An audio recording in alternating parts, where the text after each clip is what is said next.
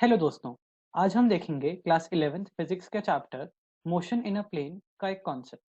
हमारा कॉन्सेप्ट है vector addition by analytical method. Vector addition using triangle and parallelogram laws is tedious. दोस्तों, जैसा कि हम पहले देख चुके हैं, हम दो वेक्टर्स को ऐड या सब्ट्रैक्ट कर सकते हैं by graphical methods. Graphical methods में स्पेसिफिकली दोस्तों हमने ट्राइंगल लॉ और पैरेललोग्राम लॉ के बारे में पढ़ा था। दोस्तों, इन दोनों लॉज को इम्प्लीमेंट करने के लिए हमको हमारे वेक्टर्स को पैरेलली शिफ्ट करना पड़ता है, सच दैट हम एक वेक्टर की हेड को दूसरे वेक्टर की टेल से ज्वाइन करें, या फिर पैरेललोग्राम लॉ के केस में दो वेक्टर्स की टेल को ज्वाइन करें। पर ये मेथड काफी टीडियस मेथड है, क्योंकि इसमें हमको वेक्टर्स को शिफ्ट करना पड़ता है और उसके बाद कुछ कंस्ट्रक्शंस करके, जैसे ट्राइंगल लॉ में थर्ड साइड ऑफ ट्राइंगल बना के और पैरेललोग्राम लॉ में डायगोनल ऑफ द पैरेललोग्राम बना के ही हम अपना रिजल्टेंट वेक्टर ऑब्टेन कर सकते हैं। इसलिए दोस्तों, हमको एक नया एनालिटिकल मेथड पढ़ने की जरूरत है, जिससे कि हम वेक्टर्स को ऐड कर सकें। So we use resolution of vectors to analytically add them. Consider two vectors a and b in xy plane with components ax, ay and bx, by। अब दोस्तों, ऑब्जर्व करिए, जैसा हमने पहला देखा था, इन रेजोल्यूशन ऑफ वेक्टर्स हम किसी भी आर्बिट्ररी वेक्टर को एक्स वाई प्लेन में दो यूनिट वेक्टर्स के अलोंग रिजॉल्व कर सकते हैं। a equal to ax I cap plus ay j cap and b equal to bx I cap plus by j cap। यहाँ पर हम ax को a का x कंपोनेंट कहते हैं और ay को a का y कंपोनेंट कहते हैं, और bx को b का x कंपोनेंट कहते हैं और by को b का y कंपोनेंट कहते हैं। अब दोस्तों, हम अज्यूम कर लेते हैं कि इन दो वेक्टर्स का सम है r। Let r be their sum। therefore we have that r equals a vector plus b vector. तो दोस्तों, हम ऊपर की दोनों इक्वेशंस जहां पर हमने a और b को रिजॉल्व किया था along x axis and y axis, इन दोनों इक्वेशंस को हम अपनी फाइनल इक्वेशन में सब्स्टिट्यूट कर देते हैं। तो हम ये कह सकते हैं कि r equal to a plus B equal to A X I cap plus A Y J cap plus B X I cap plus B Y J cap. अब दोस्तों, हम जानते हैं कि वेक्टर एडिशन कॉम्यूटेटिव लॉ भी follow करता है और एसोसिएटिव लॉ भी फॉलो करता है। तो इन दोनों लॉज को हम अपनी ऊपर वाली इक्वेशन में यूज करके ये ऑब्टेन कर सकते हैं कि r equal to A X plus B X I cap plus A Y plus B Y J cap. तो इस केस में दोस्तों, हम A X plus B X को आर एक्स से रिप्रेजेंट करते हैं और A Y plus B Y को आर वाई में रिप्रेजेंट करते हैं। तो दोस्तों, हम ये कह सकते हैं कि r equal to R X I cap plus R Y J cap. इस केस में हम ये भी कह रहे हैं कि R X equal to A X plus B X and R Y equal to A Y plus B Y. Thus, each component of the resultant vector r is the sum of the corresponding components of a and b। अब इस case में दोस्तों, observe करिए कि यदि r vector को हम i और j यूनिट वेक्टर्स के अलोंग रिजॉल्व करेंगे, तो इस ही फॉर्म का हमको वेक्टर मिलेगा, r equal to R X I cap plus R Y J cap. तो देयरफॉर दोस्तों, हम ये कह सकते हैं कि रिजल्टेंट वेक्टर के components equal to sum of components of original vectors, यानी a एंड b। अब दोस्तों, हम कंसिडर करेंगे vector addition in three dimension. Consider vectors a and b in the xyz plane with components ax, ay, az and bx, by and bz। तो अब दोस्तों, हमने assume कर लिया है कि दो वेक्टर्स हैं हमारे पास जो कि xyz प्लेन में लाई करते हैं, और उनके components along the x axis, y axis, z axis are also given, which are ax, ay, az and bx, by and bz। तो दोस्तों, यानी कि हम कहना चाहते हैं कि a equal to A X I cap plus A Y J cap plus A Z K cap और b equal to B X I cap plus B Y J cap plus B Z K cap. दोस्तों, हम इन दोनों vectors का सम निकालना चाहते हैं, तो हम मान लेते हैं कि r उनका सम है। तो पहले की ही तरह हम ये कह सकते हैं कि r equal to A plus B equal to A X I cap plus A Y J cap plus A Z K cap plus B X I cap plus B Y J cap plus B Z K cap. दोस्तों, अगर हम r जो कि एक arbitrary vector है उसको along X Y Z axis resolve करते हैं, तो हम ये कह सकते हैं कि r equal to R X I cap plus R Y J cap plus R Z K cap.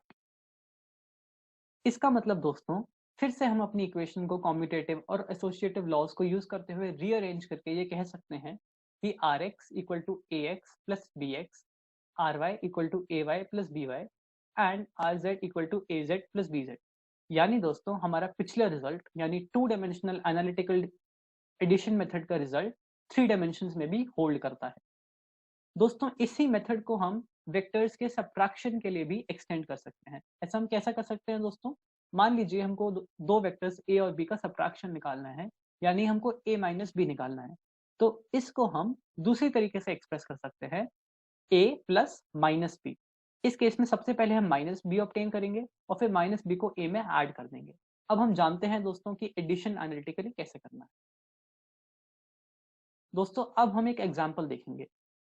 A motorboat is racing towards north at 25 km per hour and the water current in that region is 10 km per hour in the direction of 60 degree east of south. Find the resultant velocity of the boat. तो दोस्तों इस question में हमको ये दिया हुआ है कि एक मोटर बोट है जिसकी वेलोसिटी को vb से रिप्रेजेंट किया गया है, वो नॉर्थ डायरेक्शन की तरफ जा रही है और उसकी स्पीड है 25 किलोमीटर पर आवर। तो इस फिगर में दोस्तों vb is 25 and the water current in the region is 10 km per hour in the direction of 60 degree east of south। यानी साउथ डायरेक्शन से 60 डिग्री ईस्ट, तो ये एंगल बनाया है 60 डिग्री का, इस डायरेक्शन में वाटर करंट जा रहा है vc। तो हमको निकालना है resultant velocity of the boat. The vector vb representing the velocity of the motorboat and the vector vc representing the water current are marked in the figure। दोस्तों ये हम ऑलरेडी डिस्कस कर चुके हैं। Using the parallelogram method of addition, the resultant r is obtained in the direction shown in the figure। अब दोस्तों अगर motor bike अपने मोटर से नॉर्थ की डायरेक्शन में स्पीड करना चाहता है पर वाटर करंट वीसी डायरेक्शन में है, तो हम ये कह सकते हैं कि ओवरऑल बाइक की direction will be in the direction of the sum of these two vectors. अब दोस्तों हम ये जानते हैं कि इन दोनों वेक्टर्स की टेल ऑलरेडी जॉइंड है, तो हम इस पैरेललोग्राम को कंप्लीट करके ये कह सकते हैं कि resultant vector will be along the diagonal of this parallelogram. दोस्तों ऐसा हमने पैरेललोग्राम लॉ ऑफ एडिशन को यूज करते हुए कहा है। ऐसे में दोस्तों अगर हमको मैग्नीट्यूड ऑफ आर ऑब्टेन करना है तो उसके लिए हम कोसाइन लॉ यूज कर सकते हैं। कोसाइन लॉ ये कहता है दोस्तों कि यदि हमको एक ट्राइंगल में थर्ड साइड निकालनी है तो उस केस में हम थर्ड साइड को लिख सकते हैं first side square plus second side square minus 2 times first side into second side into cos of the angle between them. अब इस फिगर में दोस्तों एक साइड है VC साइड, दूसरी साइड है the dotted line that is parallel to VB and the angle is this angle and we know that this angle is equal to 60 degree। तो therefore दोस्तों हम ये कह सकते हैं कि R equal to square root of VB square plus VC square plus 2VB VC cos 120। दोस्तों यहाँ पे हमने plus cos 120 लिखा है और according to the exact formula हम minus cos 60 कहते हैं। अब क्लियरली दोस्तों हम ये जानते हैं कि plus cos 120 equal to minus cos 60, therefore ये फॉर्मूला सही है। इस फॉर्मूले में दोस्तों VB और VC की वैल्यू पुट करके और cos 120 की वैल्यू पुट करके हम ये कह सकते हैं कि R equal to 22 kilometre per hour. हम यहाँ पे ये भी जानते हैं दोस्तों कि this angle that is the angle between VC and this dotted line that is parallel to y axis is also equal to 60 degree which is because of alternating angle. अब दोस्तों in this triangle between the vector VC the side parallel to the y axis and the vector R, हम law of science apply करते हैं तो law of science ये कहता है कि the ratio of a side to the sine of the angle opposite to the side is constant. यानी कि एक ट्राइंगल में यदि आप कोई भी साइड ले लो और उसके sine of angle that is opposite to that side ले लो और फिर उन दोनों का रेशियो ले लो तो वो कांस्टेंट है। तो इस ट्राइंगल में हम r अपॉन साइन 60 डिग्री लेते हैं which is magnitude of this side upon sine of this angle and it should be equal to VC upon sine phi which is equal to this vector side upon sine of the angle opposite to it। इस equation को use करके दोस्तों हम ये कह सकते हैं कि phi equal to 23.4 डिग्री। इसका मतलब ये दोस्तों कि हम फाइनल वेलोसिटी की डायरेक्शन बता चुके हैं which is equal to an angle phi from the y axis and phi equal to 23.4 degrees। Thank you।